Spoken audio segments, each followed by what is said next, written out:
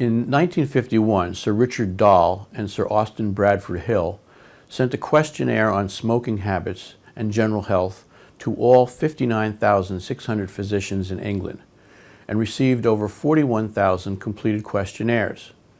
They then followed the cohort of physicians until 2001, periodically sending them follow-up questionnaires. The primary outcome of interest was cause of death, which the investigators ascertained from a variety of sources, including the Office of Population Census and Surveys, death notices in medical journals, and information obtained from next of kin.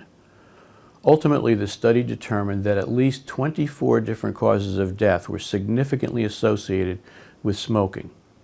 They also showed that the risks of smoking were dose-related and that those who quit had a lower risk than those who continued to smoke. This was perhaps the first large prospective cohort study, and it had an enormous impact by both vastly increasing knowledge about the risks of smoking and by shaping opinions of policymakers and the general public. A crude variation of the cohort study was perhaps introduced as early as 1747. James Lind was a Scottish physician who served in the Royal Navy and developed an interest in scurvy.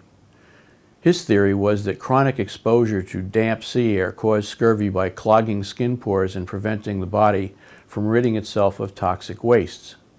We now know that sailors got scurvy due to lack of fresh fruit and vegetables, resulting in a severe lack of vitamin C.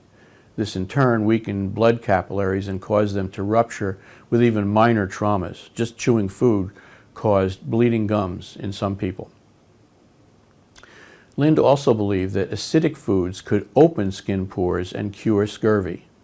During an expedition in 1747, 12 sailors developed scurvy after 2 months at sea, and Lind conducted a crude experiment which was possibly the first clinical trial.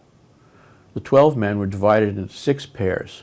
All 12 got their usual diet, but the pairs received supplements of either a quart of cider each day, a dose of elixir of vitriol, which was a solution of sulfuric acid, a pint of seawater each day, 3 doses of vinegar per day, or a paste of garlic, mustard seed, horseradish, and some other goodies 3 times a day.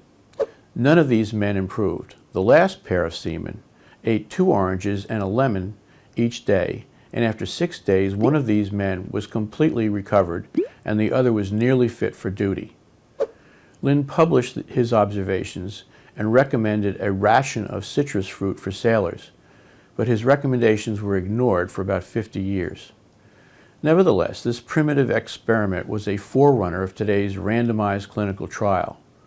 Clinical trials are very much like prospective cohort studies, except that the investigators allocate the exposures, that is, the treatments, to the subjects randomly rather than simply observing the effects of exposures which the subjects had self-selected, as the British physicians had. In this module, we'll explore the design features and methodology of these studies and also consider their strengths and their weaknesses.